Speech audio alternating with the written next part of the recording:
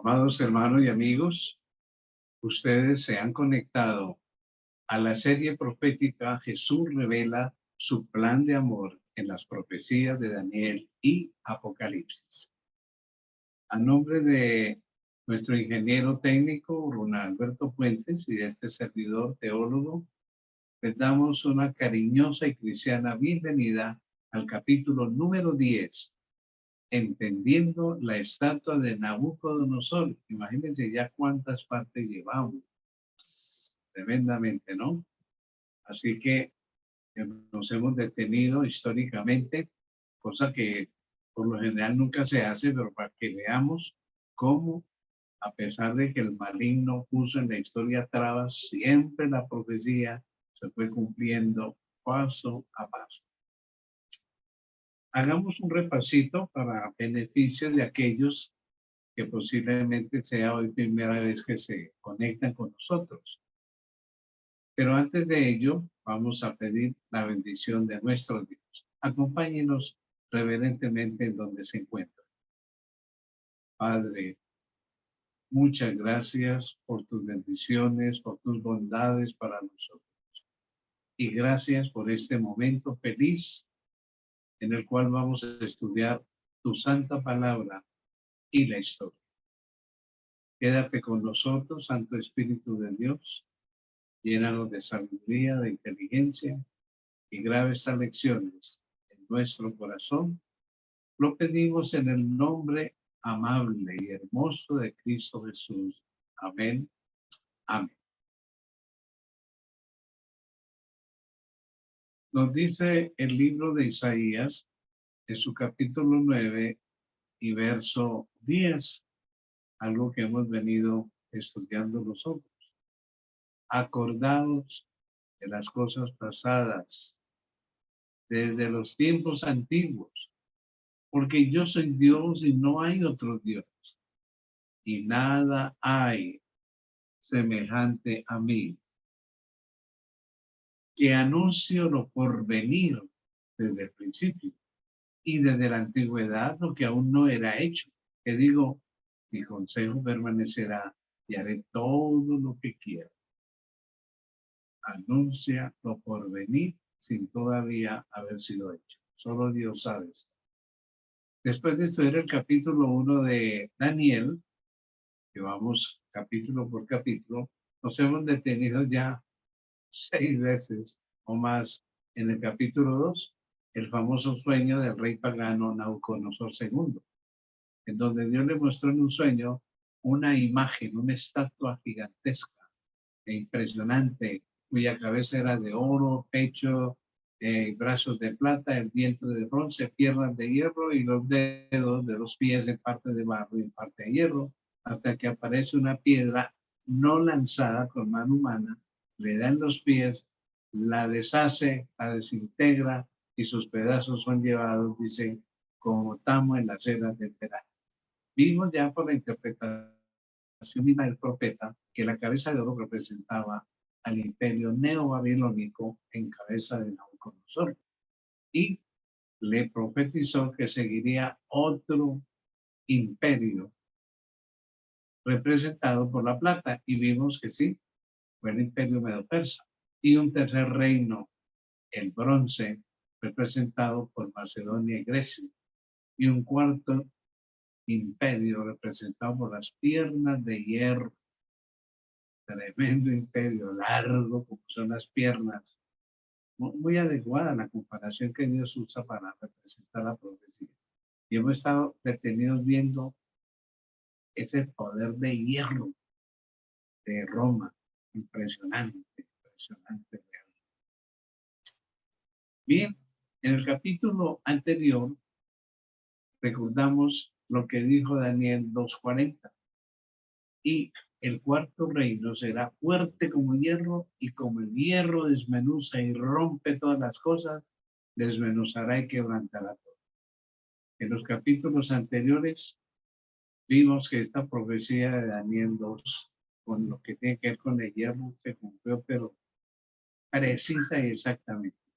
Y como vamos a ver más adelante, cuando lleguemos a los capítulos 7, 8 y 9, Yo espero que ustedes sigan en contacto con nuestra serie porque vamos a ver el cumplimiento de toda esta historia que hemos desgranado capítulo tras capítulo. La vamos a ver más tangiblemente en esos capítulos de la profecía.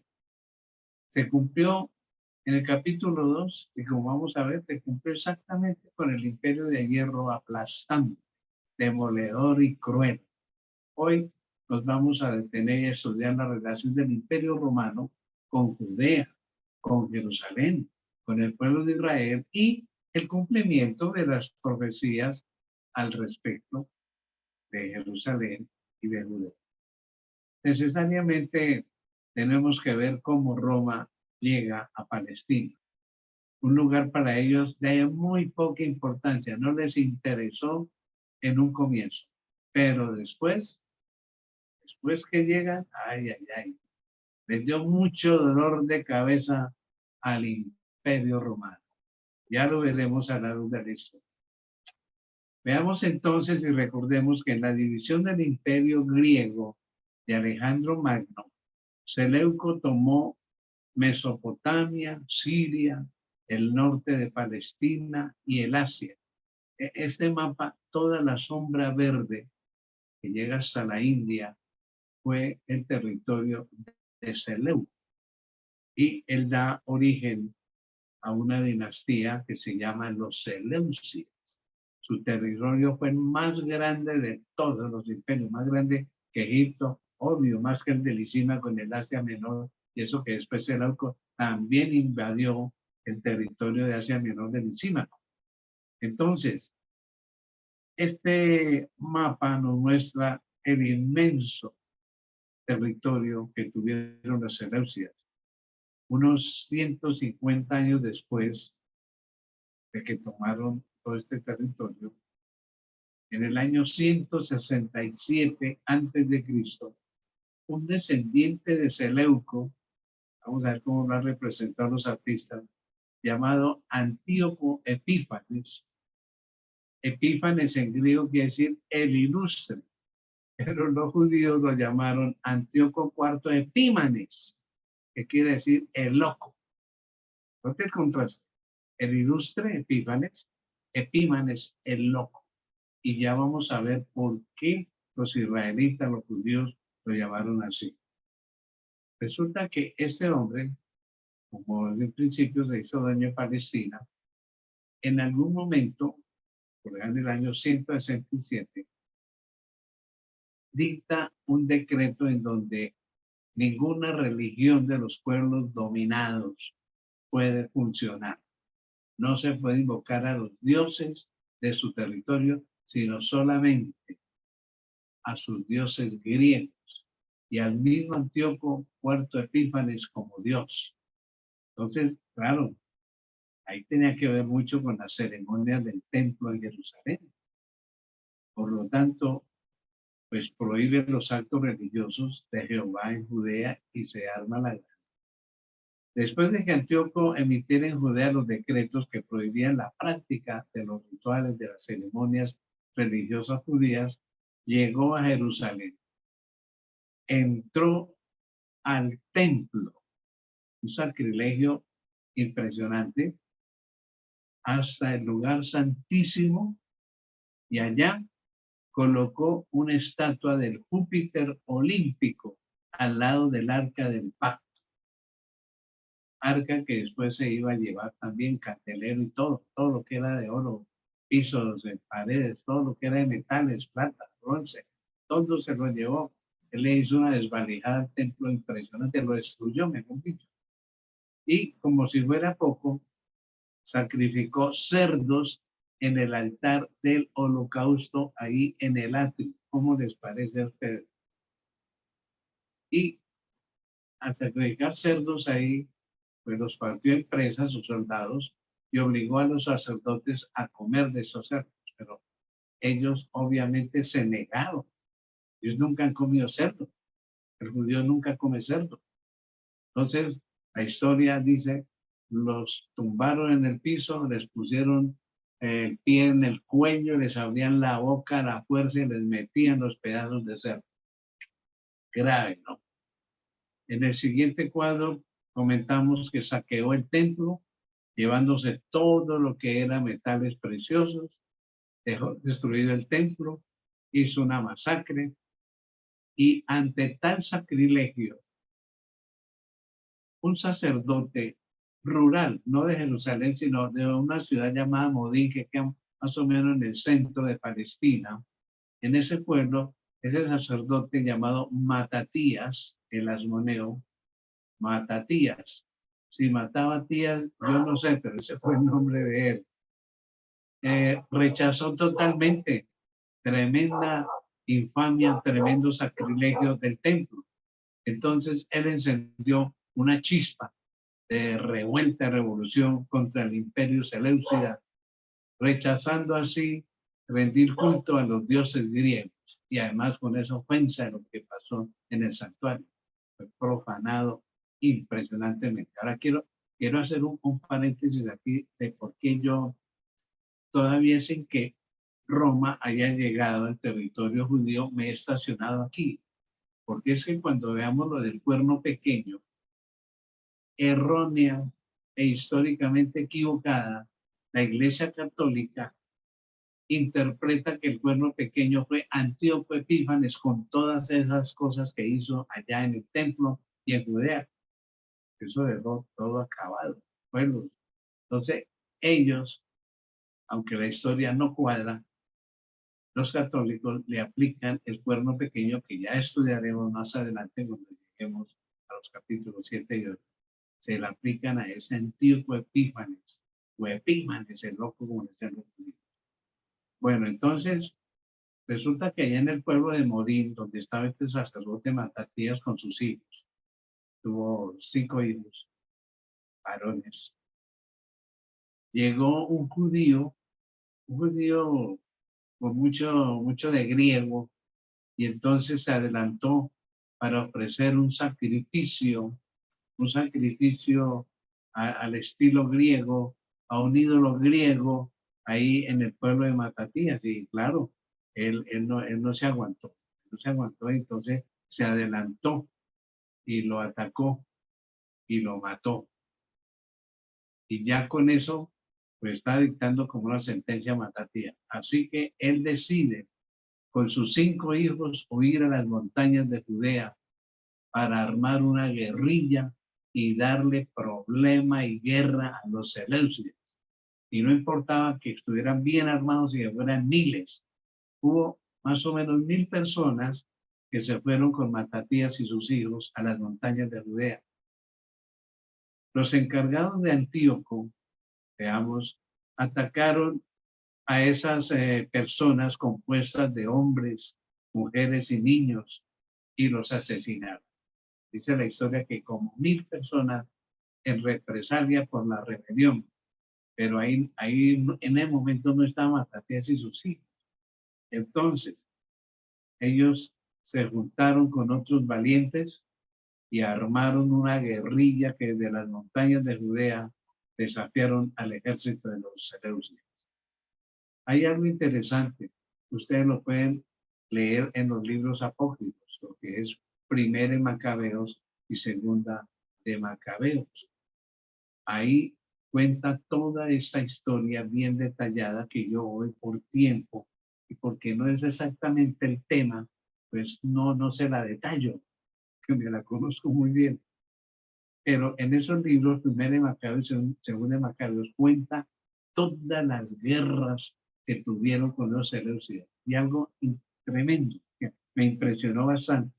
Invocaban siempre el nombre de Jehová y siempre en número inferior y con armas de escasa calidad y alcance, Dios les daba la victoria. Siempre. Tuvieron 7 batallas entre los años 167 y 160, veamos. Eso es antes de Cristo, ¿ya? Ellos tuvieron 7 batallas y en todas Dios les dio la victoria. No, algo extraordinario, algo milagroso. Y finalmente alcanzaron la independencia, echaron a los seleucidas de Palestina y tomaron una independencia total. Judea comenzó a ampliarse a tener conquistas en los territorios aledaños, reconstruyeron el templo y restauraron el culto, los sacrificios y la ceremonia. Todo porque este hombre no dejó nada, no dejó solo los cimientos. Tuvieron que hacer de nuevo el templo y de nuevo todos los muebles del templo. Matatías y sus 5 hijos. Ahí se destaca mucho Judas Macabeo, que quiere decir el martillo, Jonatán, Juan, y otros, fueron 5 sus hijos. Cuando moría el uno, el otro tomaba el liderazgo y en el nombre de Dios iban a pelear. Estos macabeos, que así los llama primera edición de Macabeos, dieron origen a una dinastía independiente palestina, gobernada por judíos que se llamaron los Asmoneos, y gobernaron con libertad a Judea y sus alrededores. Veamos que bajo esta dinastía asmonea, que duró alrededor de unos 80 años, el reino recobró fronteras similares a las del reino de Salomón y se obtuvo una consolidación política bajo el dominio judío y la vida judía, pues lógicamente floreció. Eso fue una bendición tremenda. Aquí en este mapa ustedes pueden ver, en el color más oscurito, el color pardo ahí, es más o menos lo que ellos le conquistan a los seleucidas. Pero a medida que fueron tomando el mando los otros hijos de Matatías, entonces con los colores que van perdiendo su intensidad, fueron conquistando y conquistando hasta que llegaron bien arriba, cerca incluso del río Tigris y Éufrates, y abajo, pues cerca ya de Arabia, al otro lado del Jordán. Todo lo que ustedes ven aquí en colores fueron las conquistas de la expansión del reino de los asmoneos descendientes de los macabeos. Hasta ahí no le interesaba a Roma absolutamente nada de lo que pasaba allá en Judea. Pero resulta que le otorgaron al rey Asmoneo, descendiente de los macabeos, llamado Hircano II, una limitada autoridad dependiente del gobernador romano en Damasco. Este es un cuadro que existe muy antiguo de Hircano II, Asmoneo, judío.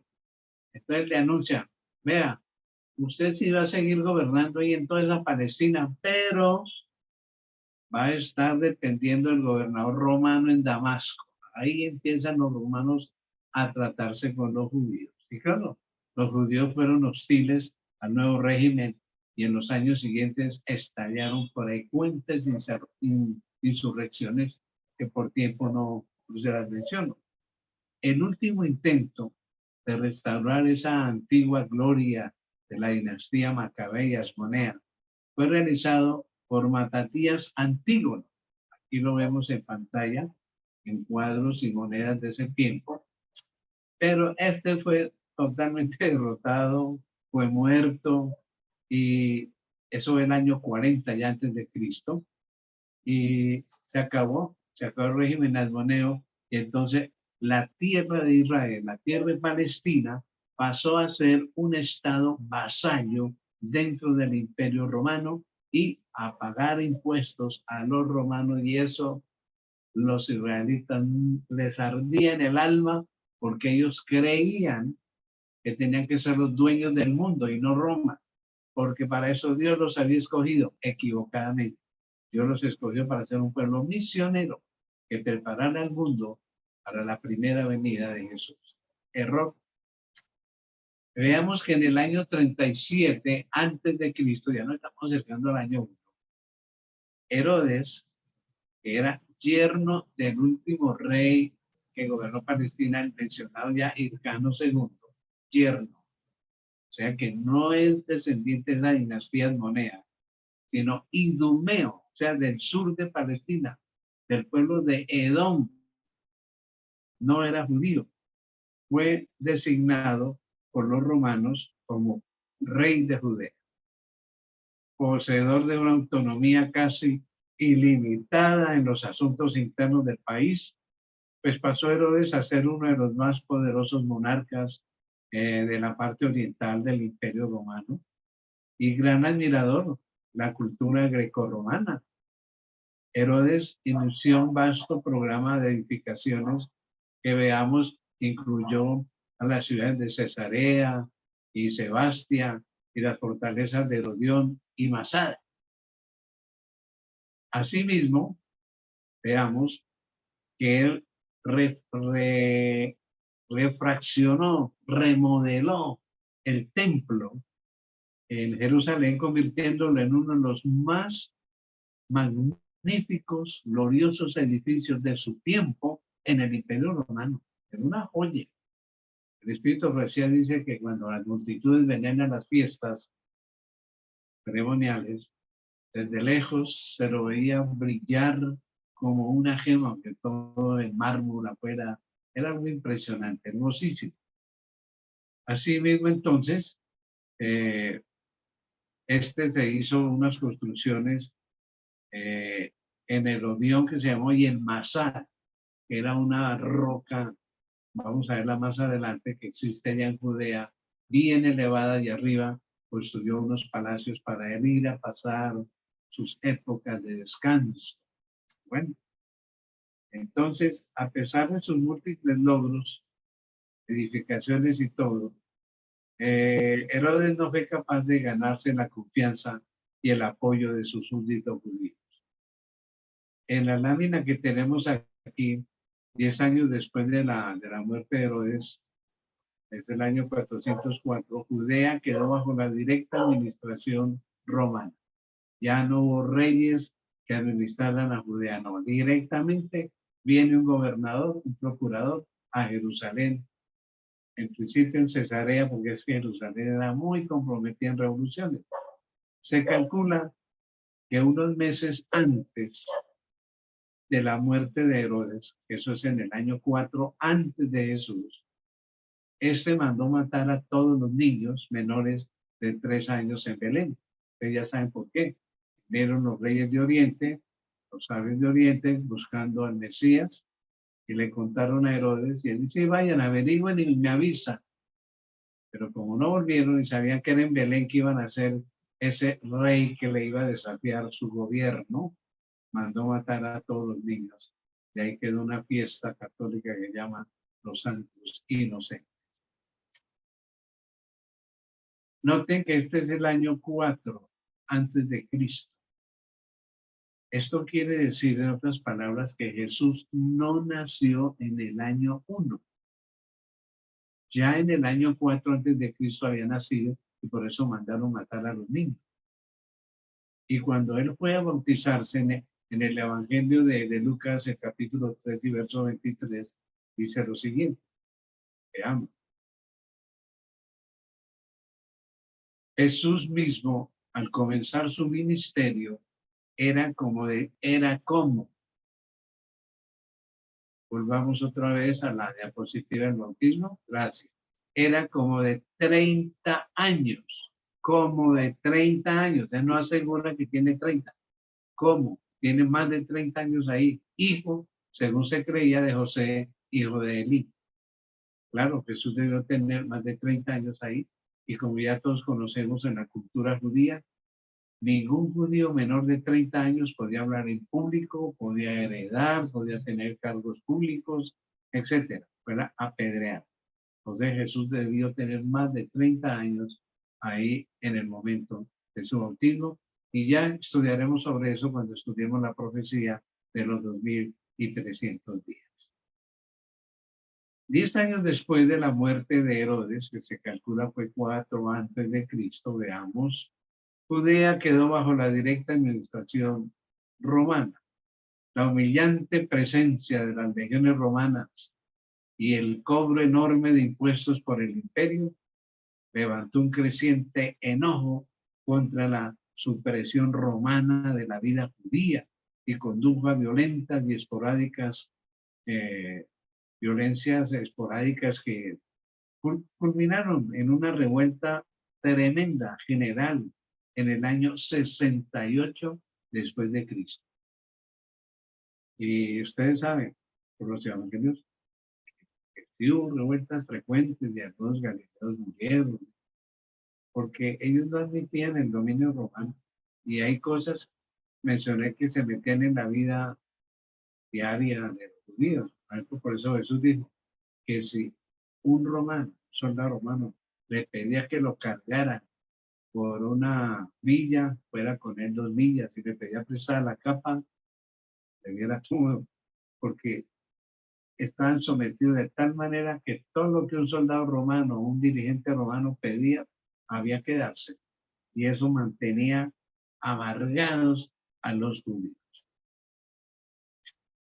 Los evangelios presentan la crueldad con la que trataron a Jesús.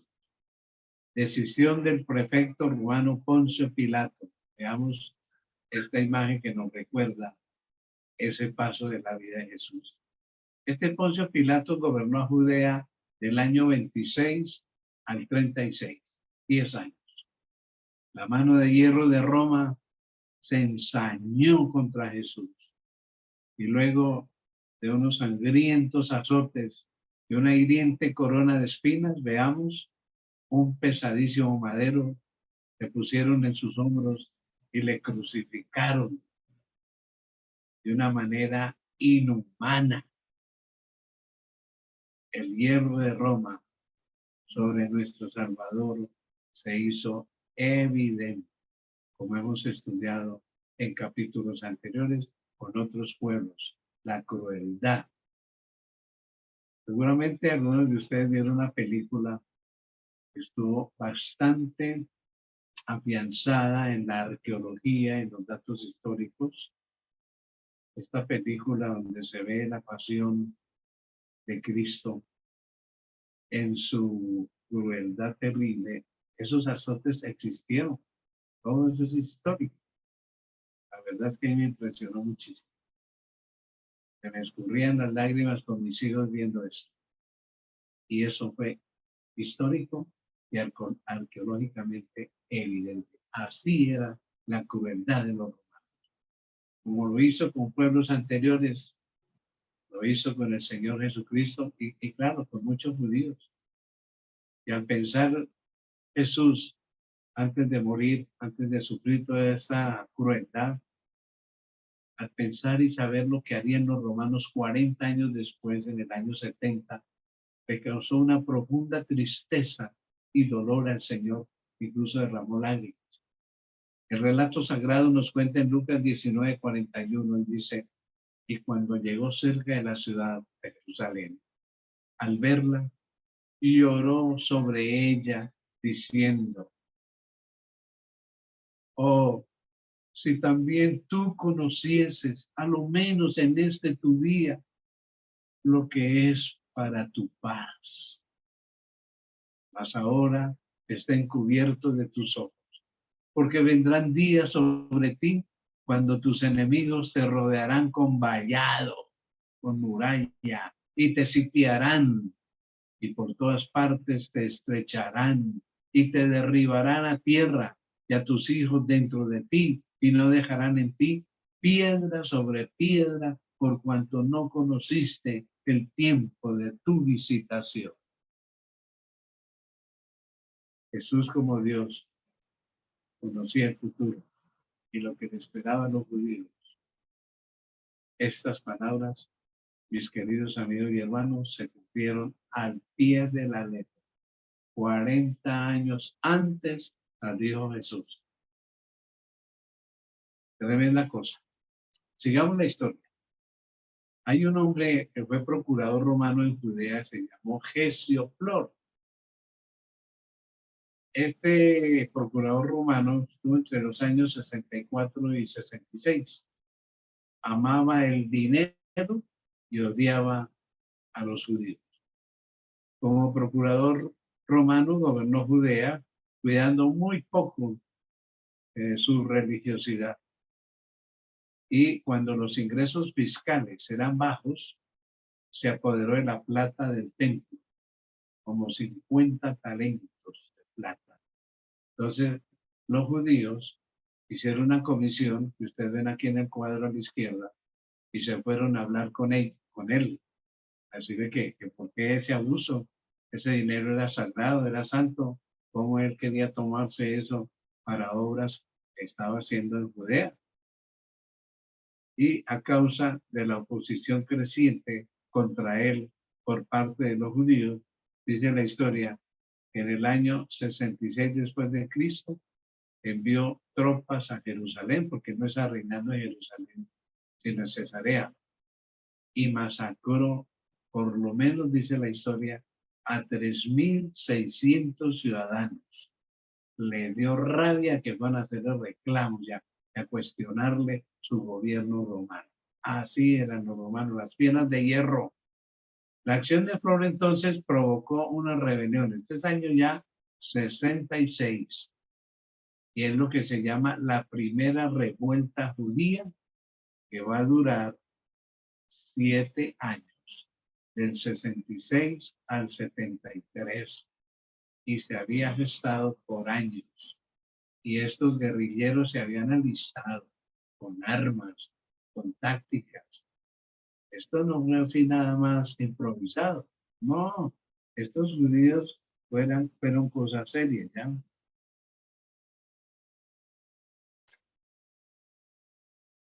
La revuelta judía